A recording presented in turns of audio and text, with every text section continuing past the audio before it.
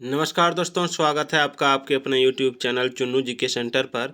मैं राकेश कुमार राय आपके लिए लेकर आया हूं हिंदी प्रैक्टिस सेट में लगभग 50 से 60 प्रश्न मैं आपको आज कराने जा रहा हूं, जो आपकी परीक्षा के लिए बहुत ही इम्पोर्टेंट होने वाली है। ये आपका सामान्य हिंदी व्याकरण कोर्स है, जो घटना चक्र बुक से है। तो चलिए पूरा वीडियो जरूर देखिएगा। ये आपका झारखंड पुलिस, झारखंड शिक्षक भर्ती, बिहार शिक्षक भर्ती, जितने भी तरह के सरकारी परीक्षाओं की तैयारी आप कर रहे हैं सरकारी नौकरी के लिए, सभी परीक्षाओं के लिए वीडियो इम्पोर्टेंट है। तो चलिए स्टार्ट करते हैं। आप देख सकते हैं पहला सवाल है, भाषा की सबसे छोटी यानी प्राथमिक इकाई क्या है? तो ध्वनि है। ध्वनि का लिप्यंतरण क्या कहलाता है? ध्वनि का लिप्यंतरण कहलाता है वर्ण कहलाता है। चलिए, वर्णों का व्यवस्थित समूह क्या कहलाता है? तो वर्णमाला। स्वर कहलाते हैं जो उच्चारण में स्वतंत्र हो, ठीक है। और जो व्यंजन कहलाते हैं, तो जो स्वरों की सहायता से बोले जाए वे व्यंजन कहलाते हैं। थोड़ा इसको मैं पतला कर लेता हूँ, मोटा ज़्यादा है। ठीक। ब्लू कलर चेंज कर लेता हूँ, कलरफुल रहेगा, दिखेगा। चलिए, और व्यंजन किसे कहते हैं? जो स्वरों की सहायता से बोले जाएं उसे व्यंजन कहते हैं, ठीक है। उसके बाद है, किस स्वर में स्वर और व्यंजन दोनों का मेल है? तो री में र जोड़ ई है, ठीक है। आगत स्वर कहलाता है, तो आगत स्वर कौन सा कहलाता है? तो आगत स्वर जो है इस तरह अगर लिखा रहता है, आ लिख के ये आधा चांद लगा दिया तो आगत स्वर हो गया, ठीक। और पंडित कामता प्रसाद गुरु के अनुसार मूल वर्ण को कितने हैं? तो मूल वर्ण 43 है। और हिंदी में प्रचलित कुल वर्णों की संख्या कितनी है? तो 52 है। और वर्णों के कितने भेद हैं? 2 भेद हैं, ठीक है। उसके बाद ह्रस्व स्वरों की संख्या, 1 मिनट। ह्रस्व स्वरों की संख्या, ह्रस्व स्वरों की संख्या 4 है। और संयुक्त स्वर किसके से बने हैं? तो मूल स्वरों के। हिंदी में आयोगवाद ध्वनियाँ हैं 2, ठीक है, अंग और अह। अंग और अह, इसको याद रखिएगा, ठीक।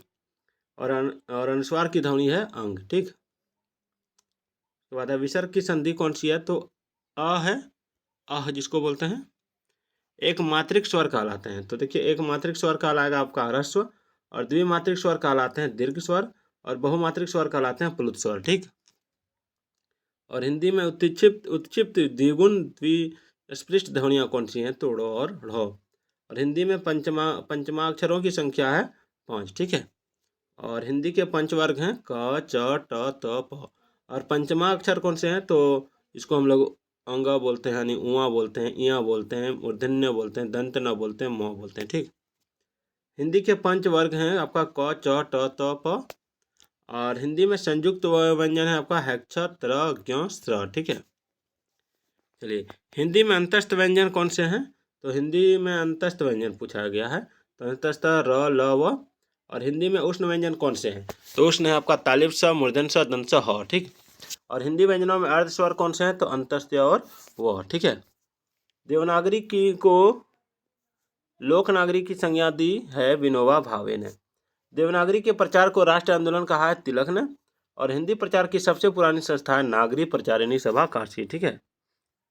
चलिए, नागरी लिपि का उद्भव माना जाता है 8वीं से 19वीं सदी। और लिपि का सर्वप्रथम उल्लेख है अष्टाध्यायी में। उत्तर प्रदेश में गठित देवनागरी लिपि सुधार समिति के अध्यक्ष थे आचार्य नरेंद्र देव। और पंचवर्ग के व्यंजन कहलाते हैं स्पर्श व्यंजन, और सवर्ण स्वर है जो समान स्थान व प्रयत्न से उत्पन्न हुए हों। ध्वनि यंत्र कौन सा है? तो ध्वनि यंत्र है आपका फेफड़ा, ग्रसनी, जिह्वा, जिससे आवाज निकलता है, तालु, दंत, ओष्ठ, नासिका, ठीक है। इससे ध्वनियों का उच्चारण होता है, आवाज निकलता है, वो ध्वनि यंत्र है। हल, हल यानी हलंत लगाया जाता है मूल वर्णों में।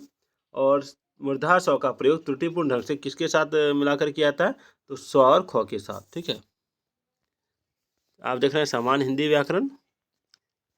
60 से 70 प्रश्न मैं आपको कराने जा रहा हूँ इस वीडियो में। पूरा वीडियो देख के जाइएगा दोस्तों। 8 से 9 मिनट का ये वीडियो आपकी परीक्षा के लिए बहुत ही हेल्पफुल होगी। चलिए, अंतस्त्य का प्रयोग त्रुटिपूर्ण ढंग से किसके साथ मिलाकर किया जाता है? तो जौ के साथ।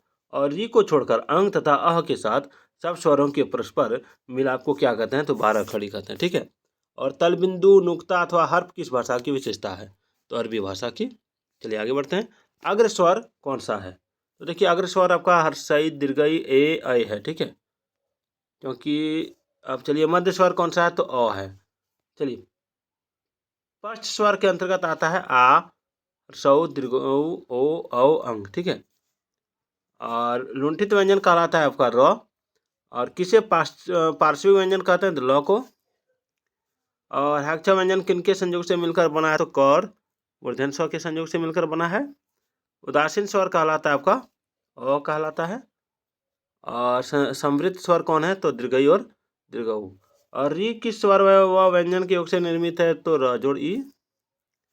और विवृत स्वर के अंतर्गत आते हैं आपका आ, ए, ओ, औ, आ, ठीक है।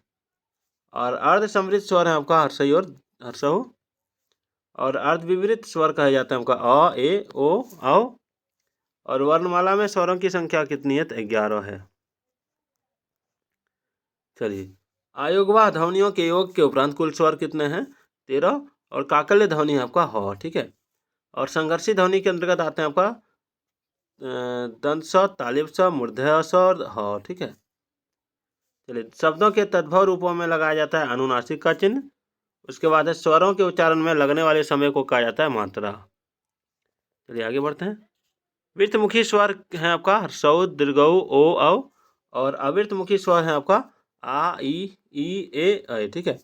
और हिंदी वर्णमाला में व्यंजनों की संख्या 33। उसके बाद हिंदी वर्तनी का मानकीकरण शीर्षक पुस्तिका प्रकाशित हुई है 1967 में शिक्षा मंत्रालय द्वारा। उसके बाद आप चलते हैं। संस्कृत की देवनागरी वर्णमाला में शामिल किन अक्षरों को हिंदी के मानक वर्णमाला में स्थान नहीं दिया गया है?